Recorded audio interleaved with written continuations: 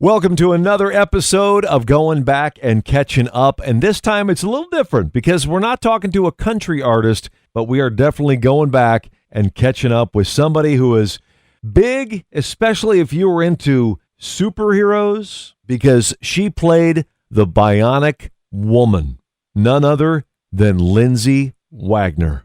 Well, this is truly a childhood dream for myself because I grew up on shows like The $6 Million Man, The Bionic Woman, and all that good stuff. And Lindsay Wagner is my guest. How are you, Lindsay? I'm doing well. Thank you. Let's get this out of the way right at the beginning. I had such a crush on you when I was a kid. It was you and Cheryl Ladd and Catherine Bach from the Dukes of Hazzard. There, I've spilled it. Okay. So now I don't know. That's best after all these years. It feels good to get that off my chest right at the beginning of this, so that I can just go through with the questions that I've come up with for you. So thank you for allowing me that. Okay. The Indiana Comic Convention. It's coming to the Convention Center in Indianapolis, March 22nd through March 24th, and you're going to be at this. And I just looked at the names on this thing, and if you are a fan of sci-fi, even if it's not sci-fi, this is the place to be because you and Lee Majors, $6 Million Man, obviously, Hayden Christensen from Star Wars. You've got Anthony Daniels, who played C-3PO in Star Wars. You've got Randy Quaid from the Vacation movies. I mean, the list goes on and on. I encourage you to check the website and be part of this. Again, March 22nd through the 24th. All right, now, let's get back to the Bionic Woman, the $6 Million Man. I mean, for my childhood and for a lot of people's childhoods, those were like the shows. I mean, I've got so many things from the $6 Million Man, the action figures and all that. My wife had the Bionic Woman action figure, and now they're all proudly on display in a display case in our home. Because, as a kid, I didn't have the Bionic Woman. I had the $6 Million Man because the girl was for the girls, right? Well, for the most part, yeah. So several men have told me that, and these men all had sisters, and they were happy that they had a sister because when they were out playing with the guys and the Bionic Woman was about to come on, they would make excuses and tell their friends that they had to go home and babysit their sister for their mom. And so they'd go home and be able to watch the Bionic Woman without losing face in their sense of still having to seem to feel macho. Oh, that's great. So the fact that you didn't have the doll, like some people said, I even had that. And, or like you said, your wife has it. Well, somebody else's sister had it. So that was cool. So occasionally I'd sneak in and play with it, but that's a great story because I'm sure that it hits home for a lot of guys that, that did that just on the sly. Is that something you heard at like one of these conventions that somebody came up to you and told you? Or? Yeah, I hear wonderful stories at these conventions. When I first started it, I was a little leery. It took me a while to warm up to the idea of even doing it after several years, and a friend saying, just try it, see what. And it was very different than I expected.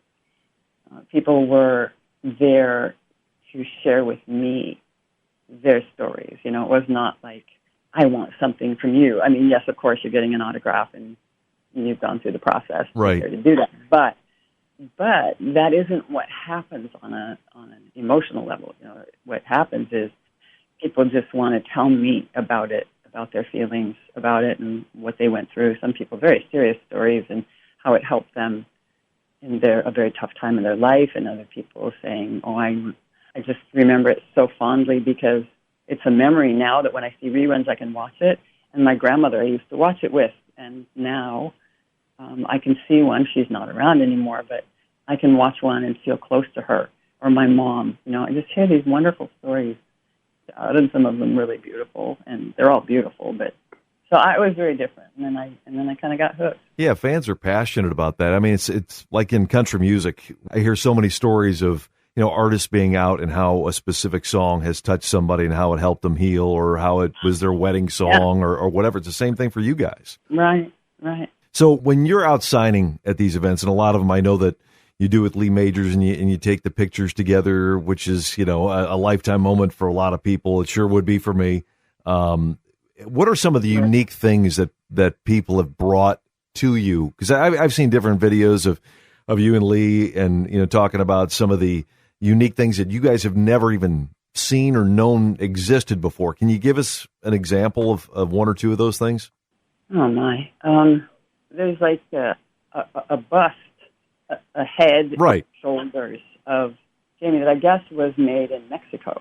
And some people had it. That's one thing that I can remember. Or different version of the doll, which looks different. So when you say there are other versions of the doll, and I know in interviews and things I've seen you do talk about the doll, how it really didn't resemble you, that it looked more like Farrah Fawcett, who wasn't even, I mean, Charlie's Angels wasn't really even a thing yet. But so what was different about this other doll that you saw that maybe, was it better? Did it look more like you? Was it just a homemade thing? What was it? I don't know. They were, it's hard to explain. I mean, it's something you have to see. It's a subtle difference, but it's like, that's not the doll that went around here. Is this from some, oh yeah, that's from blah, blah, wherever it was. Right. And so, yeah. And, there was one that was a medium size. It was bigger. I remember that. It was taller, bigger, but not better. Talking with Lindsay Wagner. She's going to be at the Indiana Comic Convention at the Indianapolis Convention Center March 22nd through the 24th, Friday through Sunday. Just a ton of people that are going to be there. And obviously most people know you from the Bionic Woman. For people that may not remember that show, I know you've done a ton of things. You've been on Grey's Anatomy. You've been on different movies. I know you actually did a Christmas movie with Lee, which was kind of cool to see, that I never even knew existed until I was doing a little research going, man, that's cool when you guys can get back together like that and do that stuff. But what are some other things that people may go, oh yeah, I know who this is now. Yeah, absolutely. Warehouse 13. I was the doctor. Yes. Okay. Well, mostly I did movies. I've done like 60 television movies. Now, a lot of people may not know this, that you're talking about different movies and things. I know there was at least 3 movies where you and Lee got back together doing some kind of a bionic. I know there was the wedding and some other things. Yeah. And there's an actress, a very famous actress, that was going to be the Bionic Woman. And tell everybody who that was. Yeah, it was Sandra Bullock. Sandra Bullock, she was very first in the business, and she'd hardly done much of anything, and she was to be the hopefully the next version of the Bionic Woman. And this was quite a while after the original show wrapped. Right. We only filmed for about 3 years, but it reran forever. But and then we started doing these what we called reunion movies. Right. And those were the 3 things that you're referring to, one of which the studio thought, well, maybe it's time. Maybe we can start a new series. And Sandra Bullock was just a young, unknown actress. We thought, well, this is going to be it. And I thought she was really great. And I said, this is going to work, because working with her, I could see she just was a natural. Yeah. She had a natural sense of humor. She had, clearly the ability to be serious and dramatic. And so when the series, we went back and we got news, and they said, no, they didn't think she could handle a series. and so she didn't get wrapped up in the series, which was actually a blessing later on, one everybody could see for her, because it just took off in the feature business. Yeah, no kidding. And so they kind of have egg on their face, right? No, she couldn't handle a series. Man, that's just to hear the backstory on that, because I forgot. I mean, I knew those movies existed, but I think I got to a point where, when I was a kid, I was watching those, and I remember the first 2 movies. I remember you guys getting married in the one movie, but I mean, I would not have ever thought that was Sandra Bullock until I started pulling up videos yesterday and going, but Sandra Bullock, where was I when, because you don't remember, because you don't know these people. It's before they become famous, and you're going, okay, I've never really even heard her talk about it at all. So it's right. It's kind of neat to get the backstory on that. Thank you so much for sharing that. Another thing I was going to bring up was, the marriage of the Bionic Woman and the $6 Million Man. Now, I know that you guys worked together, quite a bit. Was there ever a time, and I know you were married, then Lee was married, and then there was a marriage, and was there ever a time that you guys thought, hey, different time, different place, maybe we could be a thing in real life? You're getting a little nosy here. Actually, the answer is no. Just strictly friendship, and that was like, okay. We didn't even hardly become friends. The work schedule was just almost uncivilized back then. All the kinds of things that we were doing, we had to all be together. So it took so much longer. And so it was just tiring. We worked really, really long hours and just wanted to get it all done. And I was like napping in between whatever just to kind of survive. Lindsay Wagner is my guest. Of course, the Bionic Woman and many other things in her long and storied career. She's going to be at the Indiana Comic Convention at the Indianapolis Convention Center March 22nd through the 24th. Now, I know there have been rumblings, and it seems like this process has taken so long. I don't even know if it's still a thing or not, but there was supposed to be a reboot movie with Mark Wahlberg called The $6 Billion Man, and I went on IMDb the other day, and I'm going, I don't even know if this thing is still happening, if is it still in production, or if it's ever going to come out to the public. Have you been approached at all, you or Lee, about having cameos in this movie, anything at all? You know what? This thing has been trying to be made for decades. Yeah, that's what I thought. And so there's just no answer to that question. I don't know. We don't know what it is that keeps holding it up, other than it's really expensive. Sure. Because back in the day, we had very primitive special effects. And now, of course, they have to match or top all the other outrageous stuff that's out today. Would you want to be in it is another question. Well, it depends on what they're asking you to do. You know, with the remake of the Bionic Woman, they tried that, and they didn't keep the heart of what people loved about the Bionic Woman. Yeah, I just saw there was a reboot on that back in, was like 2007 or 2009, or was it even more recent than that?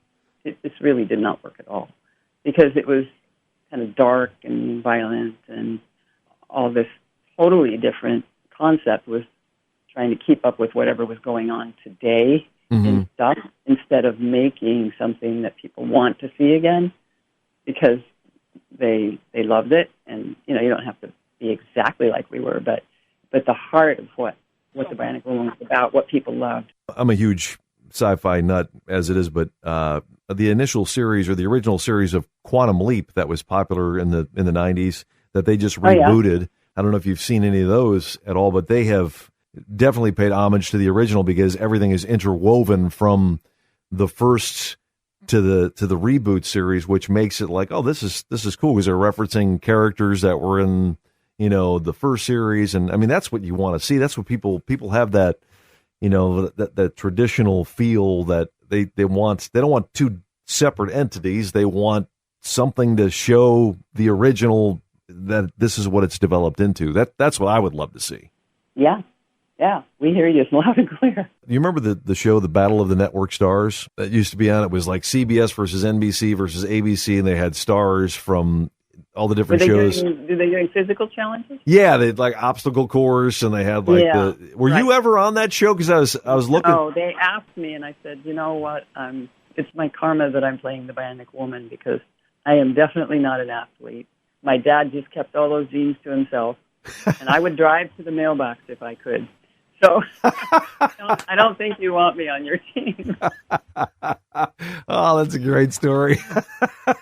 Lindsay Wagner is here with me. She's coming to the Indiana Comic Convention on March 22nd through the 24th. Now, you and Lee are going to be there on Friday and Saturday, to my knowledge, and people can... I'm going to stay Sunday as well. Oh, sweet. Is Lee going to be with you on Sunday as well? Or I don't know.